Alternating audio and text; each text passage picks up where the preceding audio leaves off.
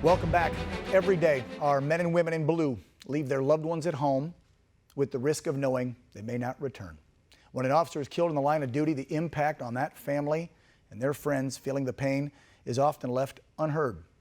My next guest, Frank Vega, knows firsthand the sacrifice of losing a loved one in the line of duty. His brother, Jose Gil Vega, was killed along with fellow officer Leslie Zarebny. Here's a picture of him. They were responding to a call in Palm Springs, California, back in 2016. And Frank Vega joins me now from his home in California. Frank, thank you so much for joining us. How are you today, sir? I am doing okay. I'm doing good. Frank, we're going to get to Gil because I know that your brother was a great man. You and I have talked about this before in the past.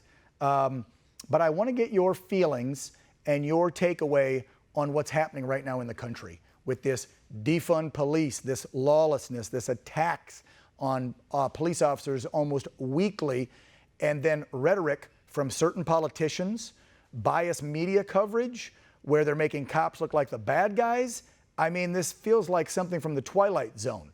What are you feeling when you look at today versus how the community wrapped their arms around your brother and Leslie 4 years ago in 2016? Tell me that. Let me start with saying that you and I both are veterans. I didn't serve my country to see what's happening now with the police. Some of these politicians are way, way out there somewhere. I mean, I don't want to say it this way, but I have to. Sometimes I don't recognize my country anymore. You know, they want to defund them. They're doing it now. It's a dangerous job.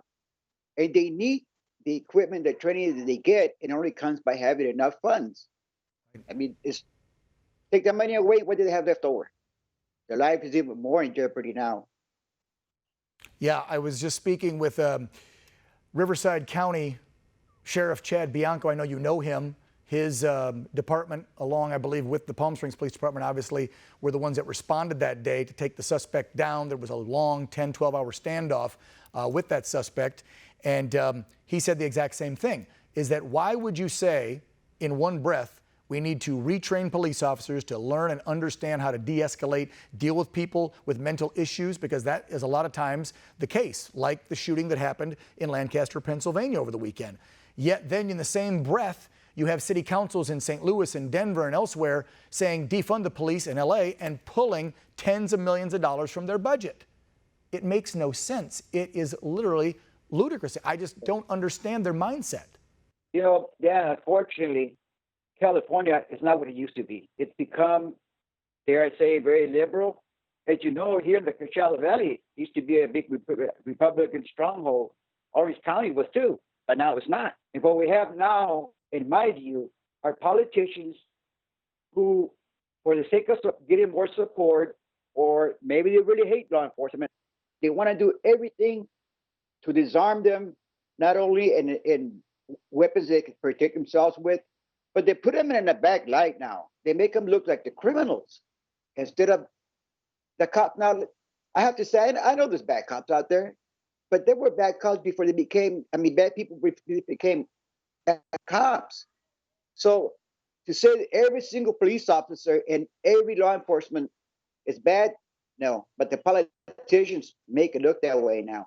Yeah, and to that, Frank, I'll tell you, I see it and it disgusts me. I firmly believe that these politicians, a lot of them don't actually believe that because they have security details, they have Secret Service, NSA, they have all these different law enforcement agencies that protect them while they're in D.C., at home, whatever, but they're just playing to those loudest voices in the room to try and get votes. And the problem is you're playing with officers' lives, okay, folks, while you're using this rhetoric. It's getting cops killed while you're playing politics. And that just disgusts the hell out of me. And I know it does you too, Frank. I want to talk about your brother real quick, okay, before we run out of time, because Gil, from what I read and from what I remember from this story, Gil had already served, 20, 30 years. He was retiring or retired. They asked him to come out of retirement for just a couple months to help train rookies, Leslie Zarebny, his officer, a partner there you see on that left side of your screen, was a younger rookie officer. She just had a baby girl, was only a few months old, and Gil was helping to train her and other rookies and then was going to go back into retirement. Is that about the correct timeline? The day before he got killed, he had turned his paperwork in. My brother had been dealing with this guy as he was a juvenile. So he knew what, he basically knew what kind of person he was, but it escalated. Somebody didn't say the truth about what's going on, what kind of arms he had, what ammunition he had. And so something that could have been as simple, hey, settle down. We saw what happened. My brother's dead. Leslie's dead. Another officer got injured. I think 5 officers from the Palm Springs Police Department had to retire medically. It caused a lot of ripples. And I'm going to tell you something. My oldest sister died 30 days later. As a direct result of my brother being killed. Wow. She gave up. Frank, your family has gone through hell during this ordeal, like all families that lose any loved ones, whether it's an officer in the line of duty or out on the streets of Chicago.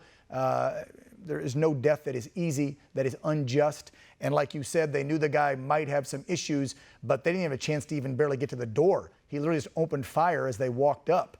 We're almost out of time here, Frank, and we had some signal interruption there on your Skype.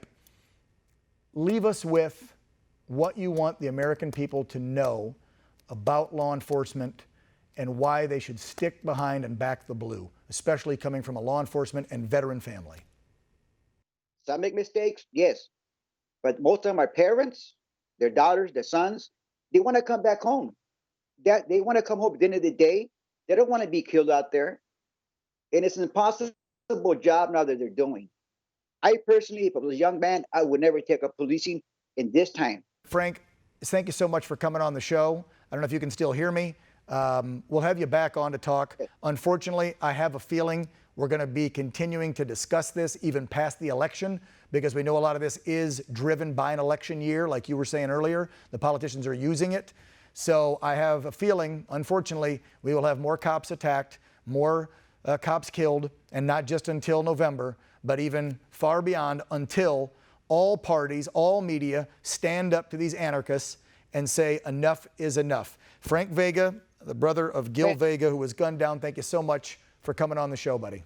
Hey, don't go away. Coming up, we're going to introduce you to a Southern rapper who's making some headlines for his amazing videos that support our president and law enforcement. Real America. We'll be right back.